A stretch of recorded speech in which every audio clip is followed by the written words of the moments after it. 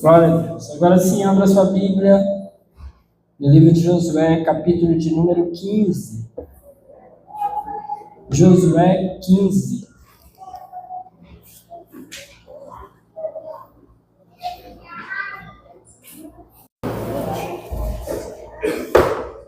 Josué, capítulo de número 15.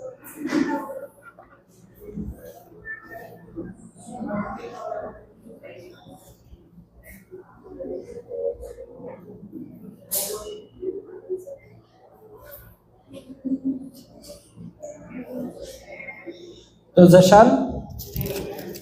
O capítulo é bem extenso.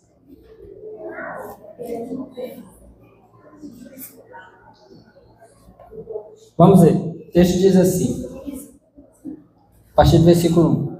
As terras distribuídas à tribo de Judá, clã por clã, estendiam-se para o sul até a fronteira com Edom, até o deserto de Zim, no extremo sul. Sua fronteira sul começava na ponta de terra do extremo sul do Mar Salgado, passava pelo sul da subida de Acrabim, prosseguia até Zim e daí até o sul de Cádiz Berneia. Depois passava por Esrom, indo até Adar e fazia uma curva em direção a Carca. Dali continuava até Asmon, indo até o ribeiro do Egito e terminando no mar. Essa era a fronteira sul deles. A fronteira oriental era o Mar Salgado, até a foz do Jordão. A fronteira norte começava na enseada, na foz do Jordão, subia até Bet-Ogla e passava ao norte de Bet-Arabá, até a pedra de Boã, filho de Ruben. A fronteira subia, então, do vale de Acor até Debir, e virava para o norte na direção de Gilgal, que fica defronte da subida de Adumim, ao sul do ribeiro. Passava pelas águas de Ensemes, indo até En-Rogel, depois subia pelo vale de Ben-Inom, ao longo da encosta sul da cidade dos Jebuseus, isto é, Jerusalém. Dali subia até o alto da montanha, a oeste do vale de Inom, no lado norte do vale de Refaim. Do alto da montanha, a fronteira prosseguia para a fonte de Neftoá, ia para as cidades do Monte Efron e descia na direção de Baalá, que é Kiriate Jearim. De Baalá, fazia uma curva em direção ao oeste, até o Monte Seir, prosseguia pela encosta norte do Monte Jearim, isto é, Quesalon. Em seguida, continuava descendo até Bet-Semes e passava por Tímina. Depois ia para a encosta norte de Ecrom, virava na direção de Sicrom, continuava até o Monte Baalá e chegava a Jabneel, terminando no mar. A fronteira ocidental era o litoral do Mar Grande. Eram essas as fronteiras que demarcavam Judá por todos os lados, de acordo com os seus clãs. Conforme a ordem dada pelo Senhor, Josué deu a Calebe, filho de Jefoné, uma porção de terra em Judá, que foi Kiriate Arba, isto é, Hebron. Arba era antepassado de Enaque. Calebe expulsou de Hebron os 3 Enaquins, Sesai, Aimã e Talmai, descendentes de Enaque. Dali avançou contra o povo de Debir, anteriormente chamada Kiriate Sefer. E Calebe disse: darei minha filha Axa por mulher ao homem que atacar e conquistar Kiriate Sefer. Otoniel, filho de Kenaz, irmão de Calebe, a conquistou. E Calebe lhe deu sua filha Axa por mulher. Quando Axa foi viver com Otoniel, ela o pressionou para que pedisse um campo ao pai dela. Assim que ela desceu do jumento, perguntou-lhe Calebe: o que você quer? Quero um presente, respondeu ela. Já que me deu terras no Negueb, dê-me também fontes de água. Então Calebe lhe deu as fontes superiores e as inferiores. Esta é a herança da tribo de Judá, clã por clã. As cidades que ficavam no extremo sul da tribo de Judá do Negueb, na direção da fronteira de Edom, eram Cabzeel, Éder, Jagur, Quiná, Dimona, Adada, Quedes, Azor, Itinã, Zif, Telém, Bealote, Azor, Adata, Queriote, Esron, que é Azor, Amã, Semar, Muladá, Azargada, Esmon, Bet-Pelete, Azar-Sual, Berseba, Biziotiá, Baalá, Lim, Azem, Eltolade, Quezil, Ormá, Ziclag, Madmana, Sansana, Lebaote, Silim, Aim e Rimon. Eram 29 cidades com seus povoados. Na Cefelá, Estaol, Zorá, Asná, Zanoa, Enganim, Tapua, Enã, Jarmute, Adulão, Socó, Azeca, Saraim, Aditaim e Gederá, ou Gederotaim. Eram 14 cidades com seus povoados. Zenã, Adasa, Migdal-Gade, Dileã, Mispá, Jocteel, Laquis, Boscate, Eglon, Cabom, Lamais, Quitilis, Gederote, Bet-Dagom, Naamá e Maquedá. Eram 16 cidades com seus povoados. Libna, Eter, Azã, Ifitá, Asná, Nezibe, Keila, Aquisibe e Maressa. Eram 9 cidades com seus povoados. Ecrom, com suas vilas e seus povoados, de Ecrom até o mar, todas as cidades nas proximidades de Asdod, com seus povoados, Asdod, com suas vilas e seus povoados, e Gaza, com suas vilas e seus povoados, até o ribeiro do Egito e o litoral do Mar Grande. Na região montanhosa, Samir, Jatir, Socó, Daná, Kiriat-Sana, que é Debir, Anabe, Estemo, Anim, Gosem, Olom e Gilo. Eram 11 cidades com seus povoados. Arabe, Dumá, Ezã, Janim, Bet-Tapua, Afeca, Unta, Kiriat-Arba, Quebron e Zior. Eram 9 cidades com seus povoados. Maom, Carmelo, Zif, Jutá, Jezreel, Joquedeão, Zanoa, Caim, Gibeá e Timna. Eram 10 cidades com seus povoados. Alu, Bet-Zur, Gedor, Maarate, Bet-Anote e Eltecom. Eram 6 cidades com seus povoados. Kiriat-Baal, que é Kiriat-Jearim, e Rabá. Eram 2 cidades com seus povoados. No deserto, Bet-Arabá, Midim, Secacá, Nibizã, Cidade do Sal e Engedi. Eram 6 cidades com seus povoados. Os descendentes de Judá não conseguiram expulsar os jebuseus que viviam em Jerusalém. Até hoje, os jebuseus vivem ali com o povo de Judá. Vamos orar. Senhor, essa é a tua palavra.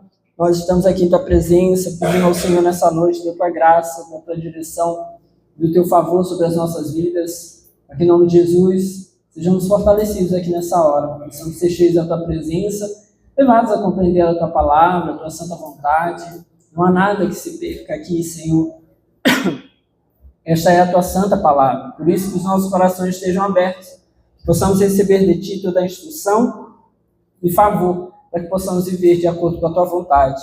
Em nome de Jesus, oramos e repreendemos tudo que não vem do Senhor. Todo pensamento ruim, tudo que não presta, tudo que venha ou queira nos atrapalhar nessa hora, nós oramos e repreendemos esse lugar das nossas vidas e das nossas mentes. E pedimos ao Senhor que nessa noite, mais uma vez, apenas a tua palavra e o teu Santo Espírito tenham lugar para agir e reinar sobre nós. Amém e amém.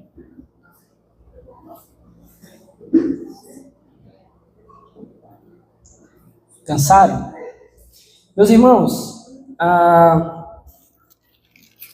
como dito, na palavra do Senhor não há nada que se perca, não há nenhum texto, tão enfadonho que venha a ser, não há nenhum texto tão enfadonho que venha a ser algo que para nós não seja importante, ou que não seja eficaz.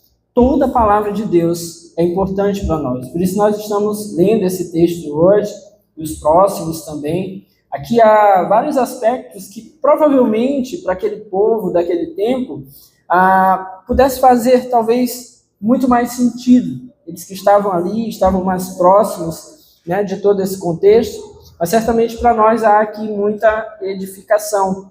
Bom, nós temos visto aí nos cultos passados que houveram muitas vitórias aí ao longo de vários anos do povo de Israel, que chegou finalmente à terra de Canaã, a terra prometida. E essas muitas vitórias deram a eles, então, a possibilidade de poderem agora ocupar essa região. Embora tenhamos visto também que, diante dessas muitas importantes e grandes vitórias, havia ainda ali lugares e cidades que não haviam sido conquistados. Mas ainda assim há uma ordem do Senhor para que essa terra seja dividida. A terra está sendo dividida e está sendo distribuída aí entre as tribos de Israel. Nós vimos aí, são 9 tribos e meia que vão ocupar essa região de Canaã. Hoje a gente está sem o mapa ali, porque está sem o computador. Mas há 9 tribos e meia que estão ocupando essa região de Canaã, porque 2 tribos e meia já haviam ocupado territórios ali antes, né, do Rio Jordão. Então, há 9 tribos e meia, pelas quais aqui a terra está sendo distribuída, Josué está comandando, então, essa distribuição, e, como eu disse, são terras que ainda estão, em boa parte, ocupadas. Ainda há povos ali, ainda há povoados nessa região, ainda há ali alguns focos de resistência muito grandes. Na verdade, quando nós trilharmos aí todo o caminho do livro de Josué, aqui já dando um spoiler lá do final, o que nós vamos ver é que não haverá um domínio pleno de Israel.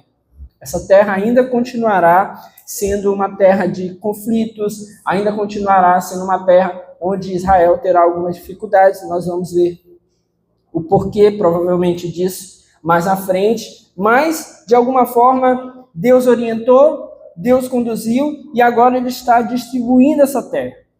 Embora o texto tenha terminado ali no capítulo 14, nós vimos no culto passado, na quarta passada, né, dizendo que a terra teve descanso de guerra. Agora, tendo descansado da guerra, essa distribuição ela deve acontecer. E a primeira distribuição aqui descrita são as terras que foram distribuídas à tribo de Judá. Não sei se você tem aí no celular para ficar mais fácil, né, já que a gente está hoje aqui sem o mapinha, né, mas a terra da tribo de Judá é a terra que está ali colocada mais do centro para o sul do mapa. Então, boa parte dessa região, né, ou na verdade, a priori toda essa região, mais ao sul do mapa, né, do centro ao sul do mapa, é a terra que vai ser dada à tribo de Judá. A tribo de Judá era, de fato, uma tribo muito grande, uma tribo muito relevante. Judá era um dos filhos de Jacó. E essa tribo ela acaba se consolidando como uma tribo ali muito, muito grande.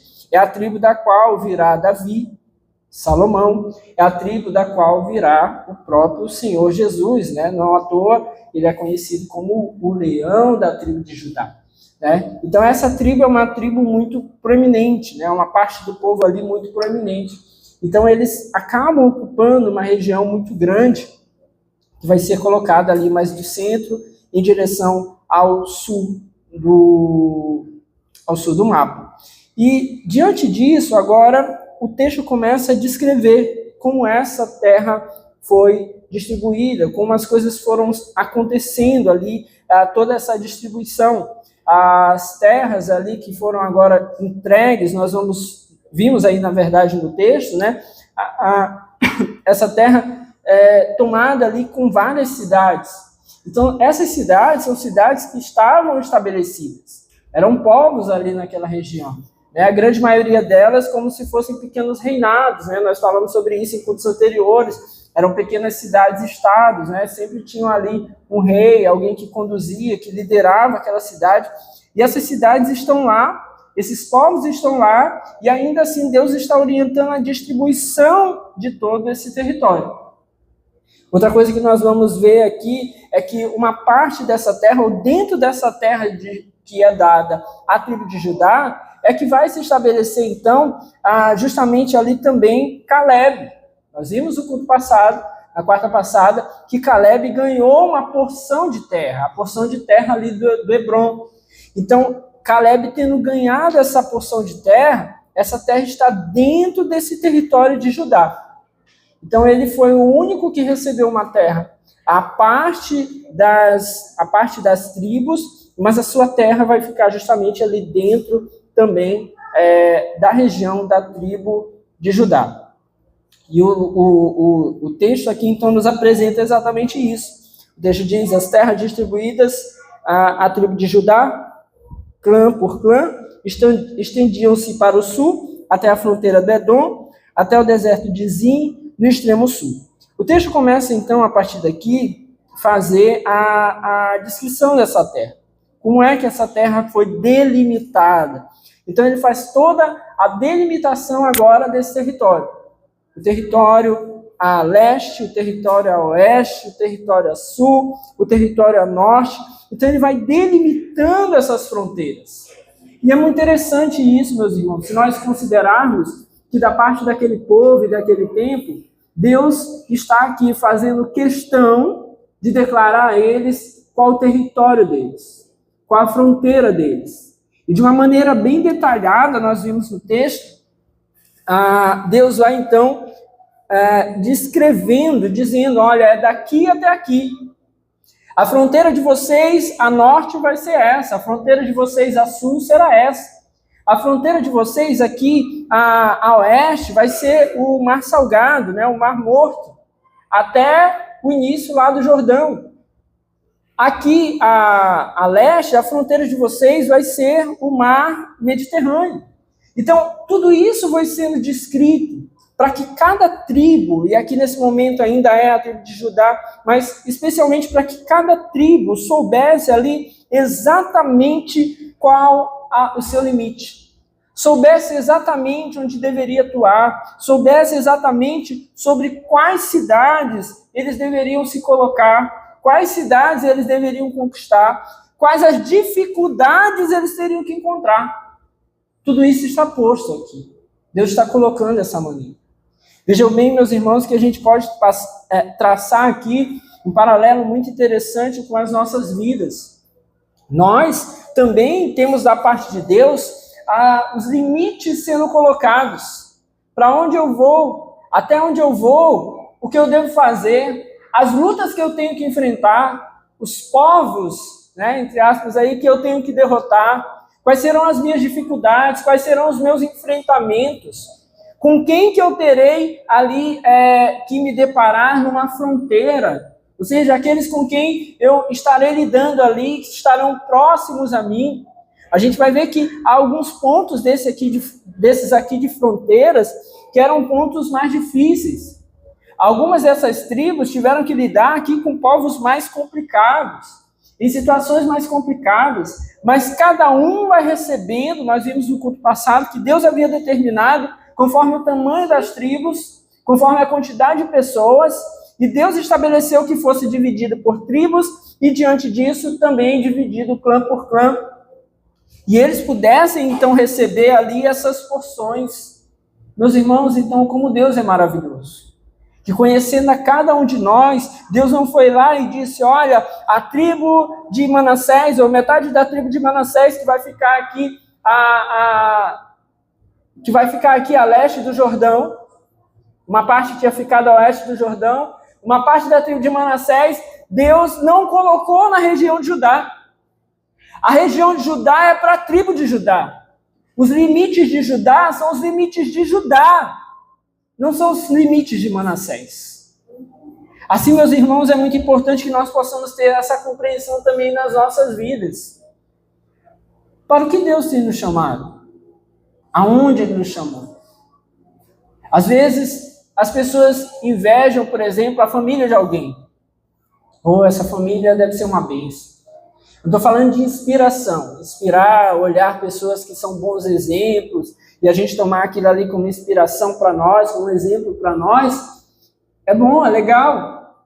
Agora, tem gente que inveja. A minha família não é boa. A minha família é só guerra. A minha família tem um monte de dificuldade. Boa é aquela família ali, ó. Boa é a família do irmão lá. Boa é a família da irmã ali. Tá vendo? Olha como eles prosperam. Olha como eles são tem uma casa boa, olha como a família deles parece aquelas famílias de comercial de margarina, assim, todo mundo sorrindo. Eu imagino o café da manhã deles, né? Deve ter vários ovos fritos, pães, né, de várias maneiras. Eles vão lá e eles tomam um café maravilhoso, deve ser uma maravilha, né? Ninguém acorda com a boca fedendo. Então, às vezes as pessoas ficam assim pensando assim, esse ali é o melhor, e eu queria tanto estar lá, eu queria viver isso. Eu queria isso para mim, eu queria fazer parte disso. Meus irmãos, Deus sabe exatamente onde nós deveríamos estar. O que muitas vezes nos falta é a compreensão do que nós devemos fazer ou viver onde nós estamos. Isso muitas vezes nos falta. Nos falta a compreensão de como é que eu tenho que viver no meio dessa família, nesse ambiente aqui. Como é que eu tenho que viver nesse ambiente de trabalho? Ou nessa igreja onde eu estou. Meus irmãos, veja só, nós temos uma igreja que temos culto aqui em média 100 pessoas, ou próximo de 100 pessoas. Nós não somos uma igreja grande, nem no tamanho da estrutura, nem em quantidade de pessoas. Mas veja só, há igrejas muito maiores, onde pessoas estão lá e elas têm que servir nessas igrejas maiores. Mas há igrejas menores também. Há igrejas de uma família ou de 2 famílias. Há igrejas com poucas pessoas. Há igrejas que passam 2 anos, 3 anos, 4 anos para batizar alguém. Em lugares remotos, em lugares difíceis. Há igrejas em lugares de perseguição. Mas há mega igrejas também. Há igrejas grandes que batizam 1.000, 2.000 pessoas por ano. Agora, o que cada um deve fazer nesse lugar? O que cada um deve fazer nessas situações? O que nós fomos chamados a fazer? O que nós somos chamados a enfrentar quando cada um está no território, na situação e no tempo em que Deus nos colocou? Veja só, meus irmãos, nós somos a geração que encarou essa pandemia. Mas se nós fôssemos a geração que encarou a Segunda Guerra Mundial, nas cidades ou nos países que estavam lá bem diante das batalhas, como seria servir ao Senhor naquele lugar? É diferente de servir o Senhor aqui, mas, diz bem a palavra, a cada dia o seu próprio mal, bem como para nós também, cada um enfrentando as situações que precisa enfrentar. E os contextos que precisam viver. Amém, meninos? Por favor. E cada um enfrentando, então, os contextos e as dificuldades que precisa enfrentar. Meus irmãos, isso precisa tocar o nosso coração. Veja aqui, a divisa aqui do Oriente era o Mar Salgado, né, o Mar Morto. Hoje chamado Mar Morto. Né? Na época eles chamavam ali Mar Salgado, por conta da quantidade de sal que há no Mar Morto. A divisa sul era a terra de Canaã em geral, então todo o sul de Canaã, né? Então, essa região, até os limites ali, quem vai ou iria ali em direção ao Egito, essa região está protegida, ou está ocupada, ou deverá ser ocupada pela tribo de Judá. A parte norte vai ser a porção que vai se deparar ou vai fazer fronteira com as tribos de Dan e Benjamim. Então, cada um dentro dos seus pontos, cada um dentro dos seus contextos aqui, vivendo as suas questões. Cada um encarando aqui, para cada ponto desse, meus irmãos, para cada ponto desse aqui, há alguns detalhes. Veja, por exemplo, o versículo 7. A fronteira subia, então, do vale de Acor até Debir, e virava para o norte na direção de Gilgal, que fica defronte da subida de Adomim, ao sul do ribeiro. Bem aqui no versículo 7, ele fala que a fronteira subia, então, do vale de Acor até Debir. Você lembra o que era o vale de Acor? O vale de Acor foi aquele lugar onde ficou gravada ali, vamos dizer assim, a memória do pecado de Acã. Então perceba que Judá vai ser a tribo que vai lidar com o transtorno, vamos dizer assim, da lembrança do pecado de Acã.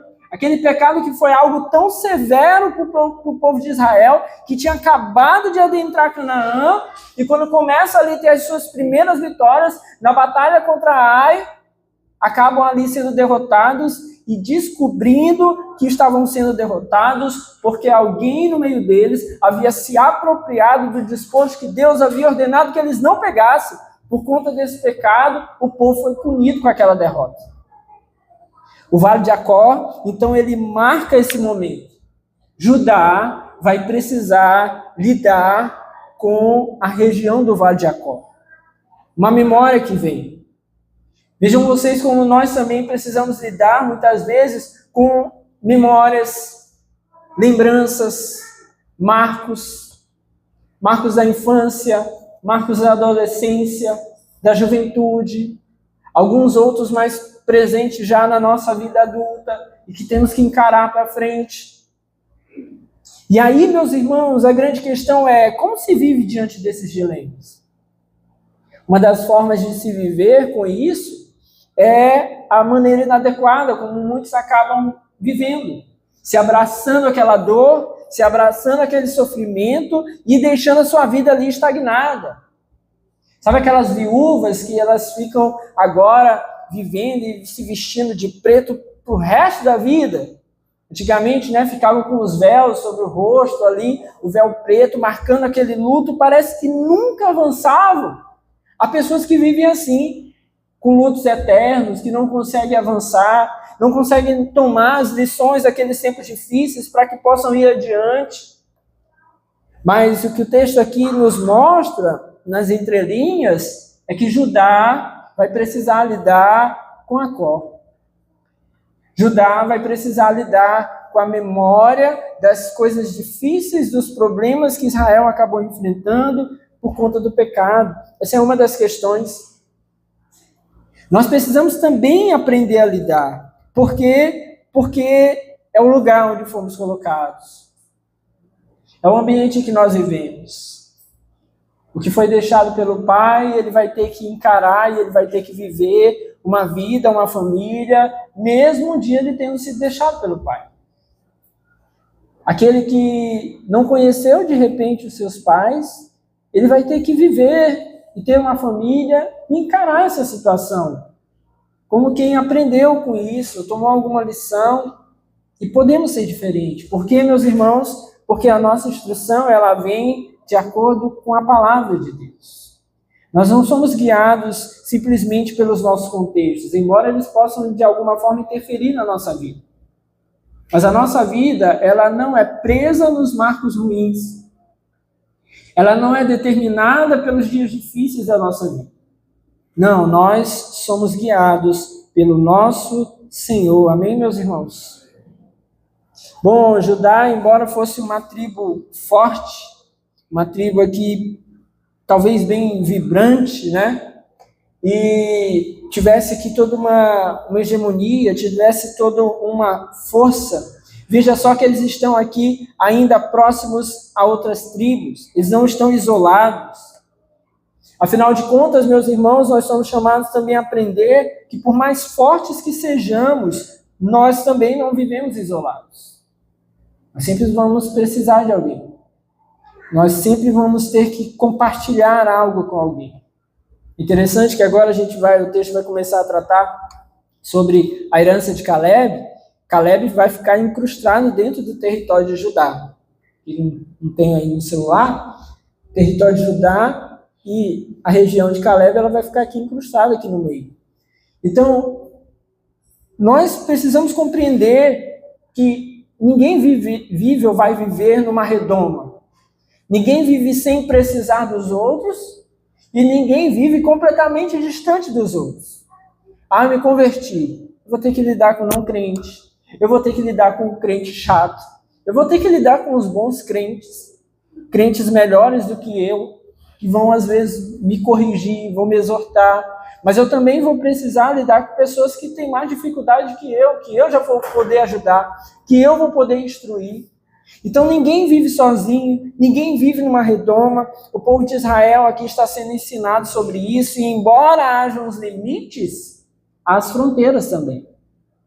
Embora hajam os limites, até onde nós vamos, geralmente nesses limites nós vamos nos deparar com outras pessoas, com outros povos, com outras tribos, e somos chamados então a aprender a lidar com essas questões. Fora as próprias questões internas ali com as quais eles vão precisar lidar. Aqui dentro desse contexto eram esses povos aqui que estavam nessas cidades aí então espalhadas. Bom, a partir do versículo 13, já estamos aí no versículo 13, hoje, pela extensão do texto, a gente está tratando aqui de uma maneira mais geral aqui sobre o texto. A partir do versículo 13, né, tendo estabelecido aí as fronteiras da região de Judá, o texto começa agora a descrever a herança de Caleb, a qual foi falada já no capítulo passado. O texto começa a descrever, parece que há um prazer aqui, se foi Josué que escreveu de fato o livro, parece que há um prazer em Josué de escrever também aqui a herança de Caleb, aquilo que Caleb recebeu. Afinal de contas, nós vimos no culto passado, foi algo bom, veio da parte de Deus, foi uma promessa de Deus para Caleb, e Caleb se colocou como alguém que iria zelar por isso. Então o texto volta agora para descrever essa questão. Veja o versículo 13. Conforme a ordem dada pelo Senhor, Josué deu a Caleb, filho de Jefoné, uma porção da terra em Judá, que foi Kiriat Arba, isto é, Hebron. Arba era antepassado de Enac. Bom, veja só, Caleb recebeu uma terra por uma promessa que veio da parte de Deus desde quando eles foram espiar a terra, antes de todo o deserto. Caleb recebeu essa promessa e agora, nós vimos no capítulo passado, ele meio que cobrou o cumprimento dessa promessa. E recebeu. Josué o abençoou, Josué abençoou a Caleb e concedeu aquilo que tinha que ser concedido a ele. Mas veja só, meus irmãos, que o texto agora no versículo 13 diz, conforme a ordem dada pelo Senhor. Ou seja, embora a oferta a Caleb tenha sido uma promessa da parte de Deus ao próprio Caleb, que segundo o texto no capítulo passado diz, Caleb meio que falou para Josué, você sabe que foi isso, você sabe que teve essa promessa. Agora o texto começa aqui no versículo 13 dizendo que conforme a ordem dada pelo Senhor. Ou seja, nunca é, meus irmãos, prudência demais consultar a Deus e saber realmente o que Deus está querendo. Porque às vezes a convicção de alguém parece ser muito forte, parece ser muito grande. Mas será que de fato é aquilo que Deus quer? Será que de fato é aquilo que Deus está desejando, é aquilo que Deus está orientando? Aqui nesse texto em especial nós já sabemos, porque o capítulo passado nos mostrou isso, que de fato havia um interesse de Deus. O capítulo passado mostrou todo o contexto aqui dessa herança dada a Caleb. Mas no nosso dia a dia, nas questões que nós enfrentamos, é sempre importante, meus irmãos, estarmos alinhados com o Senhor, buscando compreender se de fato aquilo é a vontade de Deus. Eu vi um vídeo ontem falando a respeito de profecias. Eu não sei quantos viram aí, acho que foi ontem também, ou antes de ontem, rodou muito na internet uma oração, né, acompanhada de uma suposta profecia que o deputado Nicolas Ferreira recebeu, dizendo que ele vai ser o presidente do Brasil. E aí eu estava vendo um vídeo de um teólogo, que ele estava falando assim, olha, vamos analisar com calma aqui. Nos tempos anteriores, isso é algo que a gente já tinha visto em outros momentos. Então, houveram aí profecias, por exemplo, na época da Marina Silva, né, quando ela se apresentou candidata aí algumas vezes, e se apresentava como candidata dos evangélicos, tal, afinal de contas ela, né, é evangélica. Houveram pessoas orando e dando profecias, dizendo Marina Silva vai ser a presidente do Brasil. E ela foi? Não. Então, eleição após eleição, né, usando esse exemplo da política, há pessoas que estarão ali orando e dizendo assim, olha, você vai ser o presidente, ou esse vai ser o presidente. E pessoas usando disso para dizer assim, olha, tá aqui, eu recebi uma profecia de que eu vou ser o presidente. Na última eleição, por exemplo, o ex-presidente, né, Jair Bolsonaro, recebeu várias orações de vários lugares, não foi pouco, de gente profetizando que ele seria reeleito. E foi? Não foi. Mas os caras lá ajudaram. Tem alguém maior do que Deus? Não tem. Se a profecia fosse verdadeira, se cumpriria. Então, essa é verdadeira? Não sabemos. Vai ter que esperar o tempo do cumprimento ou do não cumprimento, para nós sabermos se essa profecia é verdadeira ou não. Mas o que nós tiramos de lição aqui, meus irmãos, essencialmente, né? Eu usei o exemplo da profecia, ou da forma como as pessoas veem as profecias, né, teologicamente falando, às vezes equivocado, mas só para a gente dizer assim, olha, o que na verdade vale mesmo é nós consultarmos a Deus. É saber o que Deus quer. Primeiro e essencialmente na sua palavra. Depois, no nosso tempo e na nossa relação de intimidade com Deus. Aqui, de alguma maneira, isso poderia ser uma euforia de Caleb, um desejo de Caleb.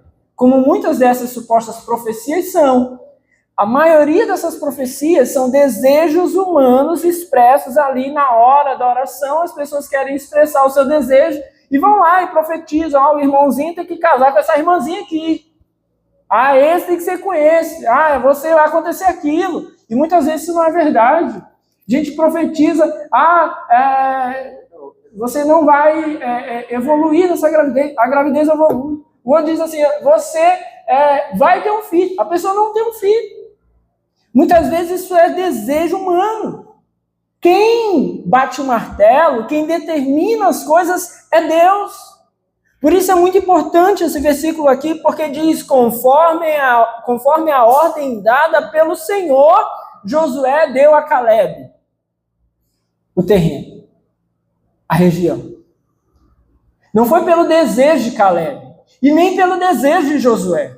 Foi conforme a ordem dada pelo Senhor, Josué deu a Caleb. E é inegável que Josué e Caleb são dois grandes homens de Deus. Mas quem diz o que deve ser feito não são os homens de Deus. É o Deus dos homens. Amém, meus irmãos? É Deus que estabelece. Então é Deus que nós temos que consultar. E nele que nós temos que confiar. Bom, e aqui está descrito aí essa terra. Algumas questões interessantes aqui. Uma delas, versículo 14, Caleb expulsou de Hebron os 3 Enaquins. Sesai, Aimã, Talmai, descendentes de Enaque. É bem interessante isso, porque nós falamos sobre isso no culto passado.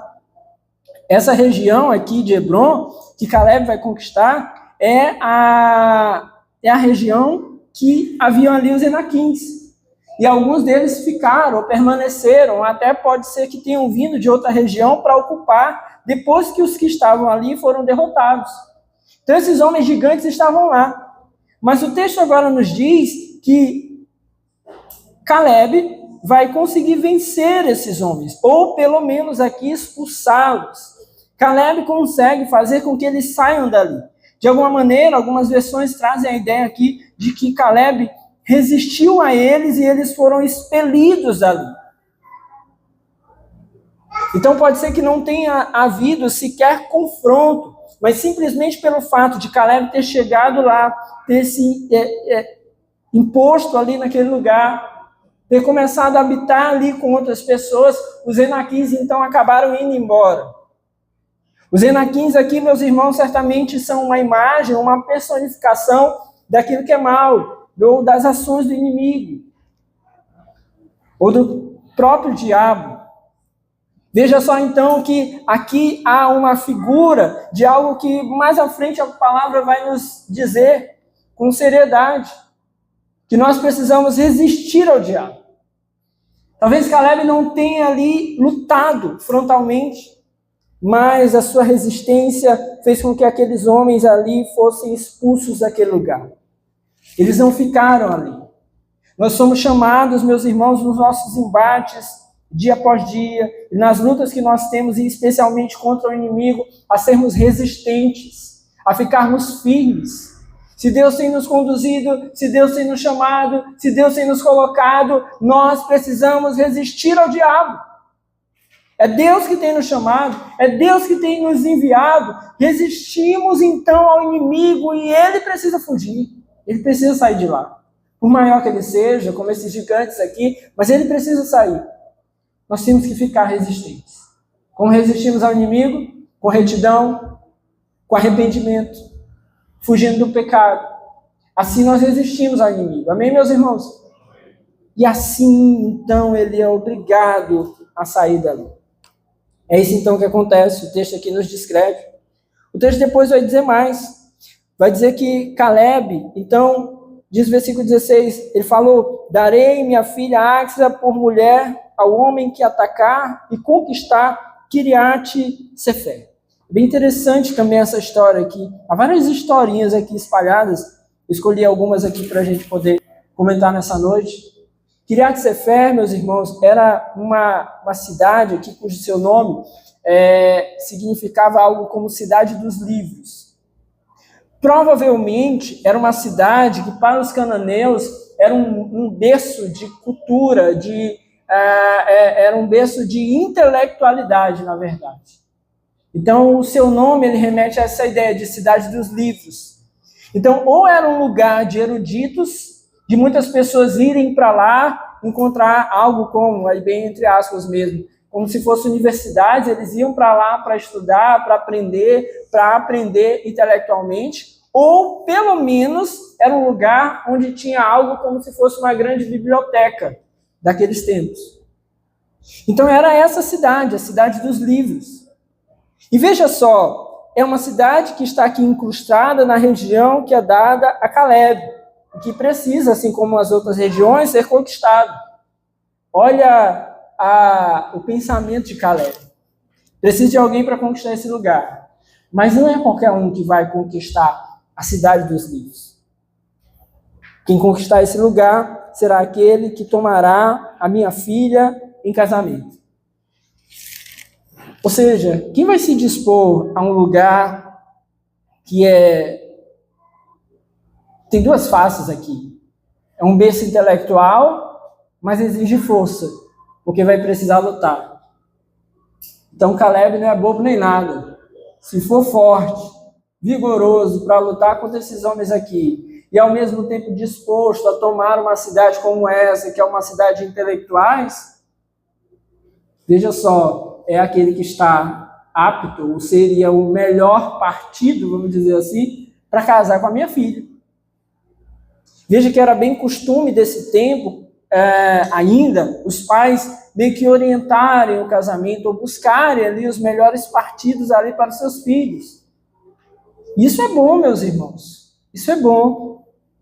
Nós estamos num tempo em que, de repente, nós fomos criados no meio da nossa cultura, desse nosso tempo, cada um tem que pensar no seu, cada um tem que procurar, eu que tenho que sentir, eu que tenho que ter o meu amor. Mas veja só, 17, 18 anos, até 20 anos de idade. Quantos de nós se sentiam assim, completamente prontos a pensar ou a resolver as coisas nessa idade? A maioria de nós, não. A gente não pode nem tirar a carteira de motorista antes dos 18. Votar passa a ser facultativo nos 16. Mas com 14 anos, os meninos já querem dizer assim, mas eu já sei qual é o amor da minha vida. Você não lava nem a panela direito ainda. E você já sabe escolher o amor da sua vida? Calme aí. Os pais, meus irmãos, eles têm um papel fundamental nesse momento. Assim como o Caleb teve aqui. Eu quero ajudar você a pensar. Eu quero orientar você. Você não vai se meter com qualquer um. Você não vai se meter com qualquer uma. Os pais têm essa responsabilidade, então. Então veja que Caleb aqui foi bem no ponto. Um homem certamente vigoroso, certamente aqui disposto a encarar aquela cidade ali dita de intelectuais, e certamente também alguém de Deus, para entender que aquilo era uma missão da parte de Deus para o povo. Então Caleb disse, essa pessoa que conquistar esse lugar será aquele que vai realmente poder casar com a minha filha. O texto diz no versículo 17 que Otoniel, filho de Kenaz, irmão de Caleb, ou seja, era primo aí de Áxia, foi que conquistou. E Caleb lhe deu sua filha Áxia por mulher. dos comentaristas que eu li, ele disse assim, provavelmente Caleb já pensava em Otoniel. Tipo assim, ele colocou uma missão que ele sabia que quem ia fazer aquilo ali, dos que ele conhecia, dos que estavam próximos, provavelmente era Otoniel. Então, só para não dizer assim, pega aqui, estou entregando minha filha de bandeja para ti, ele disse, eu vou botar uma missão, mas dos caras que eu conheço, eu sei que para topar isso aqui só tem um homem. Então, provavelmente, ele já tinha pelo menos em mente, como um pai que sabia ali e conhecia as pessoas que estavam ao seu redor e ao redor da sua filha. Certo é que Otoniel conquistou então a cidade, Caleb cumpriu ali a sua promessa e deu Axa por mulher, então, para Otoniel. O texto diz no versículo 18 que quando Axa foi viver com Otoniel, então chegou agora o tempo do casamento, ela o pressionou para que pedisse um campo ao pai dela. E assim que ela desceu do jumento, perguntou-lhe Caleb, o que você quer? Então, Axa fala com Otoniel, vamos pedir um campo para o papai, vamos pedir uma terra para o papai, né? Acabamos de casar, papai que é o dono das terras aí, vamos pedir uma terra para o papai. Mas veja só que a pergunta de Caleb a ela é, o que você quer? E ela disse, eu quero um presente, né? Toda mulher fala essa frase bem aqui, eu quero um presente. E ela respondeu, então, eu queria um presente. Aí o texto diz, já que me deu terras no Negueb, a continuidade aqui da fala de Axa, dá-me também fontes de água. Então Caleb lhe deu as fontes superiores e inferiores. Veja só, meus irmãos, que Axa vai receber, além das terras, um presente adicional do seu pai que pergunta, o que você quer? E ela vai pedir. Perceba que, de tudo que ela poderia pedir a Caleb, ela pede, pai, eu quero fontes de água. Ou seja, eu tenho terra. O Senhor já me deu terras. Mas essas terras, sem água, elas são improdutivas. Então eu preciso de fontes de água.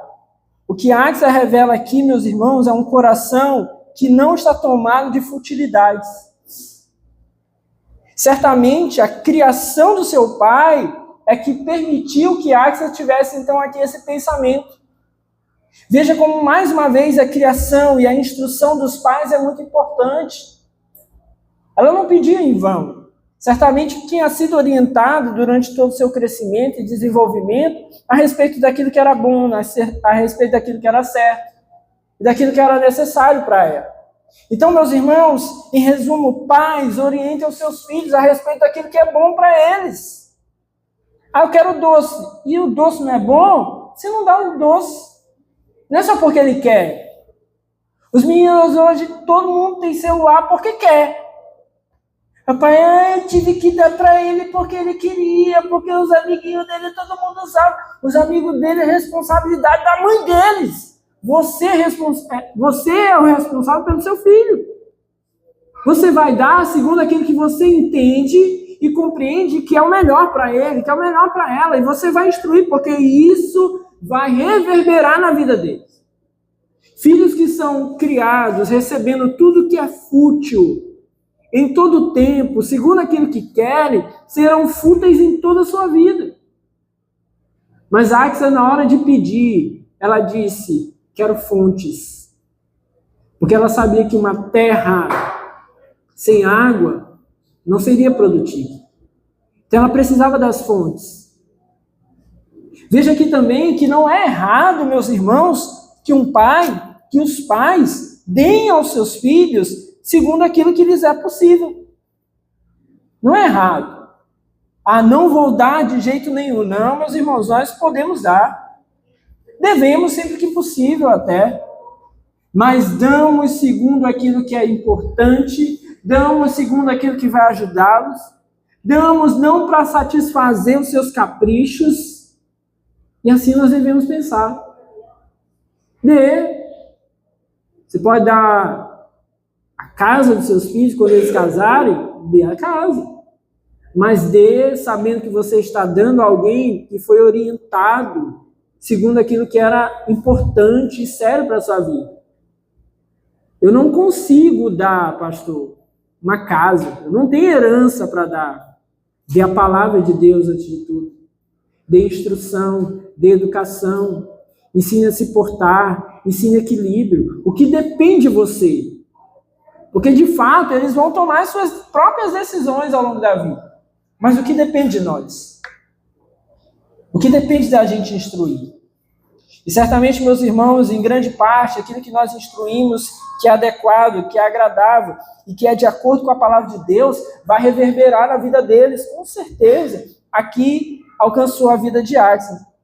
O texto diz que então Caleb lhe deu as fontes superiores e as inferiores também. Concedeu a ela ali e ao seu esposo, certamente, aquelas fontes. Axel recebeu então um pedaço de terra ali muito bom, um pedaço de terra ali para cultivo. A água pela água não é nada, a terra pela terra não é nada. Mas se você toma a terra e você tem água e você tem agora dedicação para cultivar, aquele lugar se torna um lugar produtivo. E é isso então que Axa vai viver junto ali com Otoniel. Tendo aproveitado a oportunidade, pediu aquilo que realmente seria útil. Vamos ser assim, aqueles que aproveitam as oportunidades para que possam ter nas suas vidas aquilo que é útil. Bom, meus irmãos, Axa então alcançou seu objetivo, né? Nós vimos aqui então que é possível que um pai conceda bênção e bens aos seus filhos, desde que haja junto com isso instrução. Então não é só não dar de jeito nenhum, porque eles têm que se virar. Não, é dar segundo aquilo que é importante, segundo a instrução que deve ser dada. Por fim, meus irmãos, o texto aí agora do versículo 20 em diante, ele passa a trazer aqui uma descrição da divisão das terras, de fato, ali entre as cidades. Até uma divisão nós lemos aí, que fica bem exaustiva até. Mas, praticamente, o que o texto vai fazendo é trazer uma nomeação e uma divisão que é bem provável que seja mais significativa para aquele povo. Para nós, talvez seja uma coisa assim, um pouco mais distante de significado. Mas há aqui algumas questões que para nós podem ser importantes. Uma delas, por exemplo, não há aqui uma descrição acerca de Belém. Belém é uma das cidades que vai se desenvolver no meio desse território da tribo de Judá. Mas por que não está descrita Belém? De fato, nós não sabemos exatamente. O que nós sabemos, e temos elementos da palavra de Deus, é que Belém é tida como pequena entre milhares de Judá. Ou seja, talvez fosse uma cidade tão pequena ou tão desprezível que ela sequer foi citada aqui nesse momento. Então não há uma citação em relação a Belém, embora daqui então viesse o Filho de Deus. Mas não há uma descrição. Talvez para reforçar isso, o fato de que Belém era tão desprezada que quando o povo de Israel chegou a Canaã, não teve então aqui na hora da divisão sequer uma descrição acerca de Belém. Ela é uma das cidades aqui não nomeadas. Outra coisa aqui que é interessante aqui de nós pensarmos sobre esse tempo, o texto vai descrevendo aqui, na verdade, as quantidades de cidades por cada região, e vai trazendo aqui, então, aí chega no versículo 63, bem no final do texto. E o texto diz: os descendentes de Judá não conseguiram expulsar os jebuseus que viviam em Jerusalém. Até hoje, os jebuseus vivem ali com o povo de Judá. Bom, no tempo em que o livro foi escrito, Jerusalém ainda não era a Jerusalém Santa. Ainda não era a Jerusalém do povo de Israel, de fato, que nós vamos ver nos tempos de Jesus. Jerusalém só foi ser conquistada anos depois pelo rei Davi. Davi que conquistou Jerusalém. Nesse tempo aqui, Jerusalém ainda é um lugar de gente ímpia. Jerusalém ainda é esse lugar aqui ocupado pelos jebuseus, que o povo de Judá não conseguiu expulsar. Mas veja só, segundo aquilo que Deus está ordenando, e segundo aquilo que Deus está fazendo, o fato de que Jerusalém ainda não foi conquistada não é um empecilho. O fato de que Jerusalém ainda não é terra do povo de Deus, de fato, mas era por promessa, porque faz parte do território de Judá, para Deus não é um empecilho. E o que nós podemos aprender com isso também aqui, meus irmãos, se podemos aqui parar para refletir agora sobre esse finalzinho do capítulo, é que, meus irmãos, para Deus não há empecilhos, embora em alguns momentos da nossa vida nós venhamos a olhar para pessoas, para territórios e para circunstâncias e digamos assim, olha, mas ainda não aconteceu, ainda não vi acontecer. Olha, os meus filhos ainda não se converteram, isso não quer dizer que Deus não vai fazer em algum momento. Meu casamento ainda não foi restaurado completamente, isso não quer dizer que Deus não vai fazer em algum momento, meus irmãos. Cabe a nós crermos e confiarmos no Senhor e fazermos as coisas segundo a sua vontade. Esse é o nosso papel. Não é olhar e dizer assim, olha, ainda não aconteceu. Qual é o nosso papel? Servir a Deus. Fazer a vontade do Senhor. Esse ano aqui nós tivemos nosso encontro de líderes, né? 2 semanas atrás. E no nosso encontro de líderes, uma das coisas que a gente falou bastante foi sobre se colocar à disposição de Deus para aquilo que Ele tem para fazer na nossa igreja, ou por meio da nossa igreja nos próximos anos. Queremos e sonhamos muito e acreditamos que é o que Deus vai fazer, que nós vamos ampliar aí as nossas fronteiras. Não necessariamente ter um tempo maior, mas com certeza Deus de alguma forma levar pessoas, alcançar o Evangelho, alcançar outros lugares, por meio das pessoas que estão aqui, daqueles que estão aqui, que têm se dedicado, que têm aprendido. Deus pode fazer, Deus tem poder para fazer. Mas nós estamos aqui hoje, nós não estou falando isso porque a gente já tem um templo alugado em tal lugar e já está tudo pronto lá só para chegar e colocar as coisas, não. Nós não estamos falando isso porque nós estamos aqui, olha, eu já tenho aqui 3 pastores formados só no ponto de enviar, não. Brinquei no começo falando que os meninos já estavam prontos ali para ir para o interior, mas eles não estão prontos também, mas Deus está preparando de alguma forma. Então nós falamos, meus irmãos, e confiamos em Deus, porque sabemos que não é porque Jerusalém ainda não está no tempo que ela não vai ser a Jerusalém que Deus quer. Não é porque talvez ainda não estamos plenamente prontos que Deus não possa fazer, mas o nosso papel é continuar crendo nas promessas de Deus, confiando no Senhor e obedecendo e fazendo segundo a sua vontade. O natural de Deus é que seu povo avance. O natural de Deus é que a sua obra alcance outras pessoas. E o que nós estamos fazendo aqui, queremos fazer esse ano, é nos colocar na posição que Deus quer. Senhor, o Senhor quer nos usar, nos use. Nós estamos aqui obedecendo, nós estamos aqui continuando pregando a tua palavra, nós estamos aqui com os nossos corações mais dispostos ainda, mas ainda nós não sabemos como vai ser, quando vai ser, se já vai ser esse ano, mas os nossos corações estão abertos ao Senhor. Mas não é o fato de que Jerusalém ainda não está ocupada, que quer dizer que Jerusalém nunca será ocupada. Por isso, meus irmãos, os nossos corações precisam estar abertos, dispostos ao Senhor, entregues para fazer a vontade de Deus. Porque Deus é aquele que delimita, Deus é aquele que traça, Deus é aquele que estabelece os tempos, as pessoas, as cidades, os lugares, e segundo a sua vontade, Ele vai conduzindo a minha vida, Ele vai conduzir a sua vida, Ele vai conduzir essa igreja, e Deus conduz todo o seu povo para a glória dele. Amém, meus irmãos? Louvado seja o nosso Senhor. Fique de pé no seu lugar, vamos orar em nome de Jesus.